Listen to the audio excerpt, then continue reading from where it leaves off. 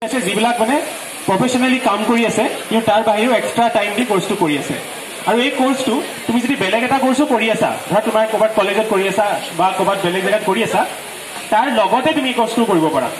তাৰমানে তোমাৰ নৰ্মেল ডিগ্ৰীটো পালাই, তাৰ বাহিৰেও তুমি IT পৰা এটা ডিগ্ৰী পালা, গম পাইছা? তো এই কোৰ্চটো ৰিচেণ্টলি ষ্টাৰ্ট হৈছে, বহুতে গম নাপায়। তো বহুতৰ যদি তোমাৰ ইণ্টাৰেষ্ট আছে ক্লাছ 12ৰ পাছত যে তোমাৰ IT এটা ডিগ্ৰী লওঁ, আৰু তুমি জানা যে তুমি IT পৰা যদি ডিগ্ৰী এটা লোৱা তাৰ ভেলুটো বহুত বেছি।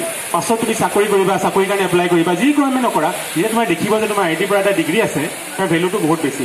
গতিকে এইটো এটা ধুনীয়া অপশ্যন, তোমালোকে এক্সপ্ল'ৰ কৰিব পাৰা। আৰু তাৰ বাহিৰেও এইটো প্ৰগ্ৰেমটো আছেই। আৰু আমাৰ এতিয়া অলমষ্ট তোমাৰ 3 বছৰ হ'ব যে IIT গুৱাহাটীত ডেটা চায়েন্স এয়াৰ ওপৰত বেলেগকৈ এটা ডিপাৰ্টমেণ্ট, ইনফেক্ট স্কুল বুলি কয় আমি, সেইটো ষ্টাৰ্ট হৈছে। তাত আমি BTech আছে, মাষ্টাৰ্ছ আছে, PhD প্ৰগ্ৰেম আছে, এই গোটেইবিলাক প্ৰগ্ৰেম আছে। তাত বহুত ল'ৰা ছোৱালী আহিছে। আৰু এতিয়া বলজিৎ ছাৰে কোৱাৰ নিচিনাই, তুমি যদি চোৱা ভাৰতৰ বাকী ৰাজ্যবিলাকত ল'ৰা ছোৱালীবিলাকৰ সৰুৰে পৰাই পুৰা ক্লিয়াৰ যে কি হ'ব বিচাৰিছে। ক্লাছ 5-6 পঢ়ি থাকোঁতে মই IAS হ'ম বা মই IITত যাম, সৰুৰ পৰাই চিন্তাটো কৰি থাকে কাৰণে সিহঁতে একজেক্টলি সেইটো কামেই কৰে যিটো কামে তেওঁলোকক সেইটো দিশত আগুৱাই লৈ যাব পাৰে। ইমান মানে, কাৰণ তেখেতৰ কি হয়, আমাৰ বাহিৰৰ ৰাজ্যবিলাকত ধৰা বহুত ল'ৰা ছোৱালীয়ে IAS পায় বা IITত পায়। গতিকে তেওঁলোকে সেইবিলাক নিজৰ ঘৰৰ ওচৰৰ এজনক লগ পায়, মটিভেটেড হয়। কিন্তু আমাৰ অসমৰ পৰা ল'ৰা ছোৱালী বহুত কম পায়। তুমি IAS চোৱা বা তোমাৰ IITত যোৱা ল'ৰা ছোৱালী বহুত কম। সেই কমটো এইটো হৈছে যে আমাৰ মাজত এটা এনভাইৰমেণ্ট এটা ক্ৰিয়েট হোৱা নাই, এনেকুৱা এটা পৰিৱেশ ক্ৰিয়েট হোৱা নাই যে আমি সৰুৰে পৰা ল'ৰা ছোৱালীখিনি একদম এক্সট্ৰিমলি মটিভেটেড যে মই এইটো কৰিম। গতিকে এনেকুৱা ধৰণৰ কেৰিয়াৰ কাউন্সেলিং হ'লে তোমালোকে এতিয়া গম পালা যে কি কি ধৰণৰ, অকল IIT বুলি কোৱা নাই বা IAS বুলি কোৱা নাই, কিমানবিলাক এৰিয়া আছে তোমালোকে গম পালা। হয়তো মই সঁচাকৈ কৈছোঁ যে তোমালোকে হয়তো নাজানাই। এতিয়া ছাৰে যিখিনি ক'লে যে তোমাৰ এখন MBBS কিয় কৰিব লাগে, হস্পিটেল মেনেজমেণ্টৰ জব আছে ন, হস্পিটেলৰ এটা চেল আছে য'ত এটা কম্পিউটাৰ এটা ইউজ কৰিব লাগে, কম্পিউটাৰ চেল, ডাটা মেনেজমেণ্টৰ কাম আছে, তাৰ কাৰণে এজন মানুহৰ প্ৰয়োজন হ'ল। তো সেইবিলাকতো তোমাৰ মেডিকেলৰ বেকগ্ৰাউণ্ডৰ লগতে বাকীবিলাকো যদি পঢ়ি থাকা একেলগে গোটেইখিনি কামত আহিল। গতিকে এই বস্তুখিনি আছে। গতিকে মই এইটো নকওঁ এতিয়া বহুতে যিটো বুলজিতে ক'লে যে ইঞ্জিনিয়াৰিং মানে কৰিলে মানে IITত যাব লাগে, সেইটো নহয়। বহুত ইনষ্টিটিউট আছে, সেইবিলাকত কৰিবা। কিন্তু IITৰ স্পেচিয়েল প্ৰগ্ৰামটো তেখেতে কোৱাৰ কাৰণে মই তোমালোকক কৈ দিলোঁ। যদি তোমালোক বুলি নহয়, তোমালোকৰ কোনোবা যদি চিনাকি আছে, তোমালোকে এইটো বিষয়ে ক'ব পাৰা। আৰু আমাৰ IIT গুৱাহাটীৰ ৱেবছাইটত গ'লেও তুমি এইটো প্ৰগ্ৰামত তোমালোকে গম পাবা। এইখিনিকে ক'ম, ধন্যবাদ। তোমালোক অলপ ধৈৰ্য ধৰা, কুৱেশ্যন আনচাৰ লোৱাই নাই। এদিন ভাতটো দেৰিকৈ নাখালে একো নহয়, কাম বহুত ল'ব পৃথিৱীত। গতিকে এনেকুৱা ধৰণৰ অনুষ্ঠান চোৱা, বেলেগ জেগাত তোমাৰ 1000 টকা 2000 টকাৰ টিকট কাটি পেলাই সোমাব লাগে। আমাৰ ইয়াত অসমত এতিয়াও হৈ উঠা নাই। দিল্লীত তোমালোকে 500 টকা 1000 টকাৰ টিকট কাটিব লাগিব, টিকট কাটি সোমাব পাৰিবা।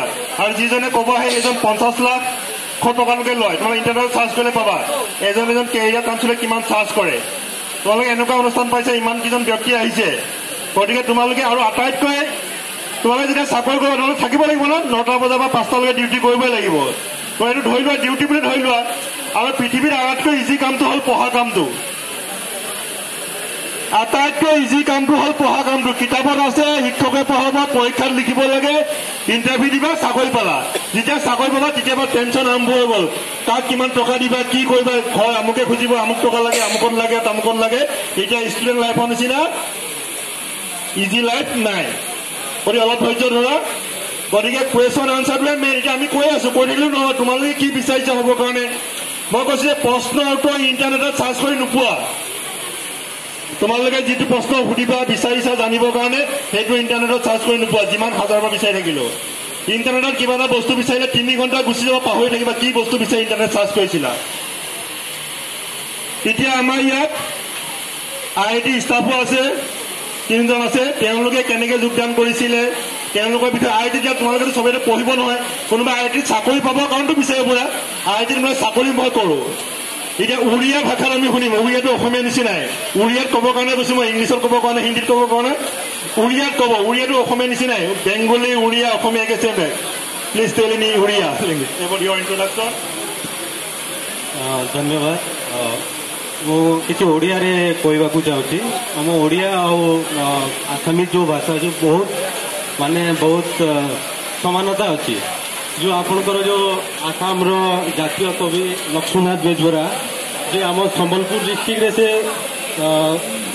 ମାନେ 20 years से तांकर आसामीज कवि साधना जीवन से आरंभ करथिले से ओडिसा रे रही भी आसाम रो सब जहा कविता लिखिजंती से वर्तमान ओडिसा रो आसाम रो जातीय कवि तुम वर्तमान प्रथमे कवि मंचासीन आम भद्रव्यक्ति माने शिक्षक शिक्षयित्री छात्र छात्री माने मु प्रथमे धन्यवाद देवी जो जो ऑर्गेनाइजेशन मार्गदर्शन देवा बहुत कम जन को सुजोग मिले कहीं तुम जो मैट्रिक पास कर किसी ऑप्शन नथी कौन करी दो छकरी पड़ी मुझे कौन करी कौन चिंता करी कौन मोर कैरियर कौन हम एवं बोरगिया साहब पूरा कम्प्लीटली से पूरा संपूर्ण भाव से आपंकर मार्गदर्शन देते केमी कौन कर केमिति क्यों प्रकार आप व्यक्ति होगा पड़ो क्यों प्रकार व्यक्ति आप क्यों प्रकार कैरियर आपन को जब से संपूर्ण भाव आपन को देते मु भी ओडिया मीडियम रो आसिकरी से लाइब्रेरी मु वर्तमान काम करछि जहाँ कहते इवन नेशनल लाइब्रेरी भी आपंकर लाइब्रेरी सुजोग अच्छी केंद्रीय विद्यालय आप नवोदय विद्यालय तापर पब्लिक लाइब्रेरी गवर्नमेंट एक्ट अच्छी प्लस आप जो सारा आसामीज मीडियम जो स्कूल रे भी लाइब्रेरियन आवश्यक लाइब्रेरियन खाली माने आप बही ये कर माने बही पत्र रखा एमती ना कंप्यूटर जुग है इनफर्मेशन है आप कंप्यूटर सब समस्त को इनफर्मेशन भी दे पारे से बहुत स्कोप अच्छी धन्यवाद देखिए अসমীয়া নিচিনা আমি বুজি ক'লে বুজি পোৱা কথাখিনি অলপ সেই শব্দবিলাক তাৰপিছত মই ক'ত গ'ল মই পৰাজিতা বৰুৱা নাই জাষ্ট নামটো কৈ পেলাই পৰিচয় দিলেই হ'ল আৰু চবেই কৈছে জাষ্ট নামটো কৈ দিলে মাতটো শুনক লাগিলে সিহঁতে ষ্টুডেণ্টখিনিয়ে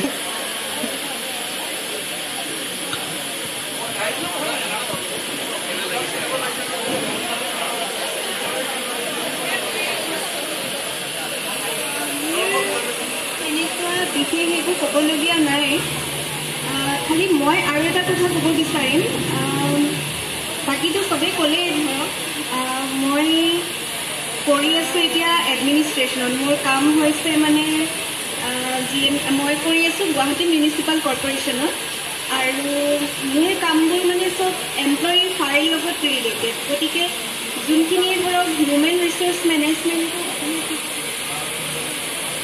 সম্পদ বিভাগত একচুৱেলি মই কৰি আছোঁ গতিকে তেনেকুৱা বিভাগত যদি কোনোবাৰ মানে কাৰোবাৰ ধৰক ইণ্টাৰেষ্ট আছে তেওঁলোকে মই MBA কৰিছিলোঁ গতিকে সেইটো ক্ষেত্ৰত মোৰ চাকৰিটোতো হেল্প হৈছে আৰু এটা কথা মই ক'ব বিচাৰোঁ মই ছবি আঁকি বহুত ভাল পাওঁ তো ইয়াত কোনোবা আছে নেকি যে পেইণ্টিং কৰি ভাল পায় কোনোবাই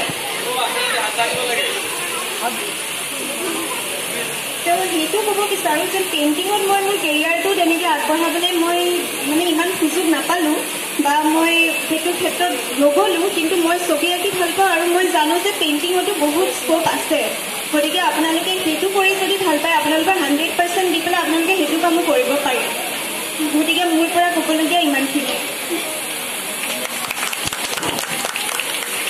এতিয়া এডমিনিষ্ট্ৰেটিভ চাকৰি কৰিলোঁ মই এতিয়া এই কুৱেশ্যনটো আহিলে না পেইণ্টিঙৰ সুযোগ নাপালোঁ বুলি কৈছে সুযোগ নহয় এতিয়া যে মই সুধিছিলোঁ যে ছ'চিয়েল মিডিয়া কোনোবাই ইউজ কৰা নেকি চাকৰি কৰি থাকিলে পেইণ্টিংটো এতিয়া ছ'চিয়েল মিডিয়াই যে ইনফৰ্মেশ্যনটো ঘৰৰ পৰা কিনি লৈ যাব পেইণ্টিং চাকৰি কৰিব দৰকাৰ নাই কোনোবাই গম পালে মানে পেইণ্টিং কৰিব দিব গতিকে এই ছ'চিয়েল মিডিয়া যদি সঠিক ৰূপত সঠিকভাৱে প্ৰয়োগ কৰিলে মানে তুমি ক'ত আছা কথা নাই তুমি ইয়াত থাকি পৃথিৱীৰ বিভিন্ন প্ৰান্তত কাম কৰিব পাৰা এতিয়া আমি অনুষ্ঠানটো ৰেকৰ্ডিং কৰিব দিছোঁ ইয়াত যে মই আহিছোঁ আজি অলপ পিছত গোটেই পৃথিৱীৰ মানুহে গম পাব গতিকে সেইটো আমি এতিয়া ভাল কথাবিলাক আমি ভাইৰেল কৰিব লাগে বেয়া কথাবিলাক ভাইৰেল নহয় গতিকে এইটো বেলেগে কোনো আমি নিজে নিজে কৰিব পাৰোঁ প্ৰত্যেকৰ ঘৰত চবৰে হাতে হাতে মোবাইল এটা ঘৰত এটা আছে হোৱাটছএপ গ্ৰুপ আছে গতিকে গুড মৰ্ণিং গুড ইভিনিং দিয়া সলনি অন্ততঃ মোৰ ফোন নাম্বাৰটো যদি ভাইৰেল কৰে তেতিয়াহ'লেও কাৰোবাৰ কামত আহিব পাৰে মইতো সপ্তাহত 3 ঘণ্টা সময় দিম বাকী সময়ত আহিলেও ফোন কাটি দিম বা গালি দিম গতিকে বেলেগ সময়ত আহিলেও মিছা ফোন মই ফোন নধৰোৱে যদি মোৰ ফোন নাম্বাৰ ছেভ নাই। গতিকে কথাটো হ'ল যে আমি ভাল কথাবিলাক ভাইৰেল কৰিব লাগে, বেয়া কথাবিলাক ভাইৰেল নাই। আমি নিজে নিজে চৰকাৰ বুলি বেলেগ বস্তু নাই, বেলেগ কোনোবাই কৈ দিব লাগে। আমি সকলোৱে ছাত্ৰ হিচাপে তোমালোকৰ প্ৰধান দায়িত্ব হ'ল পঢ়া শুনা কৰা, ঘৰখনৰ সহায়ত পাৰিলে সমাজৰ কাৰণে উপকাৰ কৰা, অপকাৰ কৰা কাৰো ৰাইট নাই। ইয়াত আহিছা সকলোৱে আহিব পৰা সুবিধা নাই, জেগাৰ কথা আছে। গতিকে তোমালোকে তলৰ ক্লাছৰ ল'ৰা ছোৱালীখিনিক আজি যিখিনি কথা শুনিলা সেইখিনি বিষয়ে জনোৱা, সেইটোৰ যোগেদি তুমি এটা উপকাৰ কৰাই হ'ল। আৰু আমাৰ দুজন ষ্টাফ আছে, আপুনি অকণ কৈ দিয়ক আপোনাৰ বিষয়ে, তাৰপিছত মই কুৱেশ্যন আনচাৰ লওঁ। নমস্কাৰ, মোৰ নাম হিমাংশু দত্ত। মই IIT-ত আপোনাৰ এডমিনিষ্ট্ৰেশ্যন ডিপাৰ্টমেণ্টত কাম কৰোঁ। যিহেতু আমি আপোনাৰ ৰিক্ৰুইটমেণ্ট আৰু এডমিশ্যন এইখিনি কামখিনি কৰোঁ, মই সেইকাৰণে IIT-ত চিট পাবৰ কাৰণে চিট পোৱাৰ পিছত কিছুমানৰ ঘৰৰ পিনৰ পৰা ফাইনেন্সিয়েলি ছাপোৰ্ট কৰিব নোৱাৰে। তাৰপিছতো তোমালোকে কেনেকৈ মানে ফাইনেন্সিয়েলি হেল্প হ'বা সেইখিনি বিষয়ে ক'ব লৈছোঁ। যিহেতু তোমালোকে ছাৰহঁতে কৈছে BTech-ত JEE এক্সাম দি কেনেকৈ আহিব পাৰা, বাইদেৱে যেনেকৈ ক'লে পেইণ্টিং ডিজাইনৰ যদি কাৰোবাৰ মানে ইণ্টাৰেষ্টেড হয় তেওঁলোকে CIT বুলি এটা এক্সাম হয়, CEED মানে মাষ্টাৰ্ছৰ কাৰণে, আৰু বেচেলাৰ কাৰণে UCIT বুলি এটা এক্সাম হয়, সেইটো দিও তোমালোকে IIT-ত আহিব পাৰা। আৰু MSc কাৰণে ক'লে JAM এক্সাম এটা হয়, জইণ্ট এডমিশ্যন টেষ্ট বুলি এটা মাষ্টাৰ্ছ ফৰ মাষ্টাৰ্ছ। আৰু MTech-ৰ কাৰণে তোমালোকে আহিব লাগিব গেটৰ থ্ৰুৱেদি। এতিয়া তোমালোকে গেট পাছ কৰিলা, MTech-ত এডমিশ্যনো ল'লা, কিন্তু তোমালোকৰ ঘৰৰ পিনৰ পৰা ছাপোৰ্ট কৰিব নোৱাৰে। তোমালোকে IIT-ত চিট পোৱাৰ পিছত MTech যদি কৰা, তাতে প্ৰত্যেক মাহে তোমালোকৰ স্কলাৰশ্বিপ দিয়ে। এতিয়া তোমালোকৰ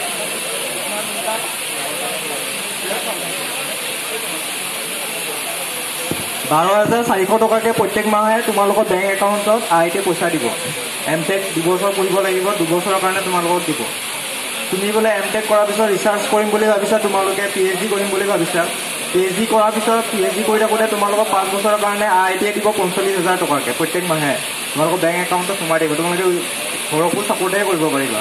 তাতকৈ আৰু এটা ওপৰত আছে প্ৰাইম মিনিষ্টাৰ ৰিচাৰ্চ ফেলোশ্বিপ বুলি, সেইটো থ্ৰুৱেদি যদি তোমালোকে আহা মাহেকত 70,000 টকাকৈ মাহেকত তোমালোকৰ বেংক একাউণ্টত সোমাই থাকিব। এইখিনি হৈয়ে তোমালোকে পঢ়াটোও কমপ্লিট কৰিব পাৰিবা আৰু ঘৰক ফাইনেন্সিয়েলিকো ছাপোৰ্ট কৰিব পাৰিবা আৰু নিজৰ পঢ়াটো হেৰি ওপৰত যাব। এইখিনি কৈছোঁ, থেংক ইউ।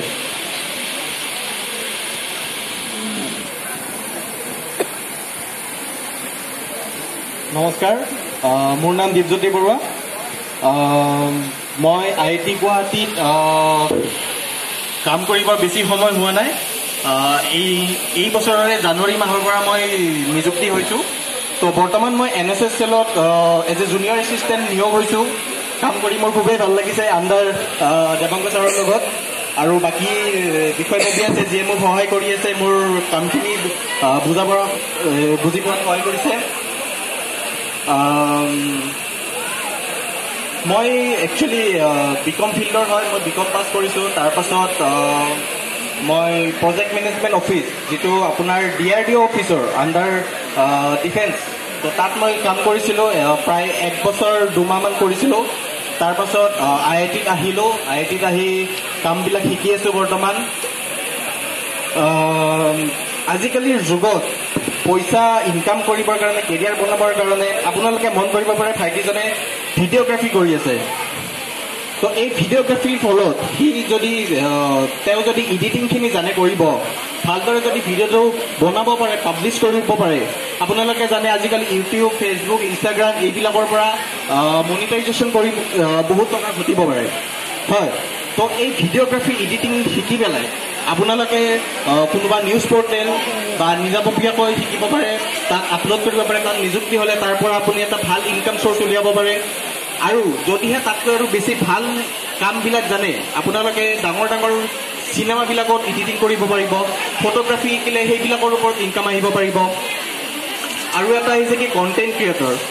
আপোনালোকে সকলোৱে চিনি পায় ইউটিউবাৰ ডিম্পু বৰুৱা, বিকাশ চেত্ৰী, হয়নে? হয়। তো সিহঁতে প্ৰথম কেনেকৈ কৰিছিলে জাৰ্ণিটো? জাষ্ট এটা মোবাইল লৈছিলে, তাৰ পৰা বনাইছিলে। কিন্তু সেই কামখিনি কৰিবলৈ সিহঁতক যথেষ্ট প্ৰয়োজন হৈছিল ধৈৰ্য আৰু নিজৰ কামখিনিৰ গুৰুত্ব। বেলেগৰ পৰা যিমানে কি ৰেছপন্স নাপাম, নিগেটিভ হওক পজিটিভ হওক, কিন্তু সিহঁতে সদায় পজিটিভটো লৈছিলে আৰু নিজৰ কামটোত অটুট থাকি আগুৱাই গৈছিলে, যাৰ ফলত সিহঁতক আজি গোটেই পৃথিৱীতে চিনি পায়। তো আপোনালোকেও এনেকুৱা কিছুমান কেৰিয়াৰ বাছনি কৰি ল'ব পাৰে, যিটোৰ দ্বাৰা ভিডিঅ'গ্ৰাফী হওক আৰু এটা কথা, ই স্পৰ্টছ আপোনালোকে প্ৰায়ভাগে অনলাইন গেম খেলি পাইছে হয়নে? তো এই ই স্পৰ্টছ আমাৰ ভাৰতত বেছি পপুলাৰ নাছিলে, পপুলাৰ আছিলে আমাৰ বাহিৰৰ দেশবিলাকত, কিন্তু এতিয়া লাহে লাহে ই স্পৰ্টছবিলাক আমাৰ ভাৰততো গ্ৰ'থ কৰিব ধৰিছে। তো আপোনালোকেও যদি ই স্পৰ্টছৰ প্ৰতি গুৰুত্ব আছে, তো তাত সেইবিলাকৰ ট্ৰেইনিং থাকে কিছুমান, সেইবিলাকত আপোনালোকে কি কয় সেইটোত আপোনালোকে ট্ৰেইনিং কিছুমান থাকে, তো সেই ট্ৰেইনিংবিলাক কৰি পেলাই আপোনালোকে এই ফিল্ডতো আগুৱাই যাব পাৰে। তো এইবিলাকতো এটা কেৰিয়াৰ হিচাপে আপোনালোকে বাছনি কৰি ল'ব পাৰে। তো এইখিনি কৈ মই মোৰ বক্তব্য সামৰণি মাৰিছোঁ। ধন্যবাদ।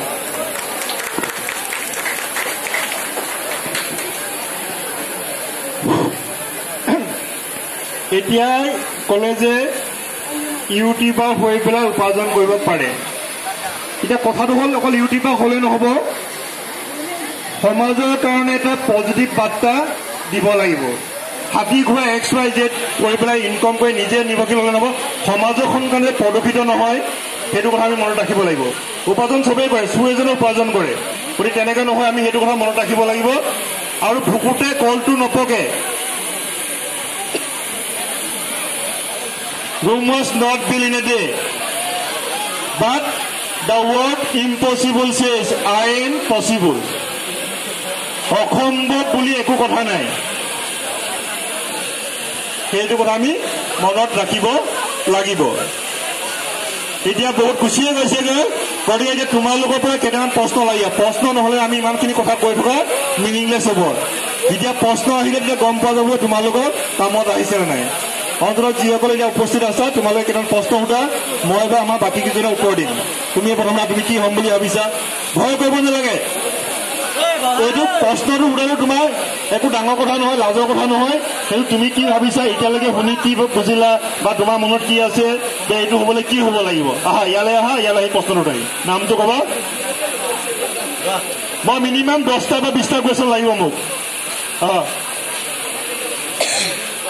ইয়ালৈ আহা, একো ভয় কৰিব, বুকু কঁপিব নালাগে। ইয়ালৈ আহা, জাষ্ট কুৱেশ্যন সুধিব দিছোঁ। ক্লাছত তোমালোকক টিচাৰে কুৱেশ্যন সুধে, আজি তোমালোকক আমাক কুৱেশ্যন সুধিব দিছোঁ।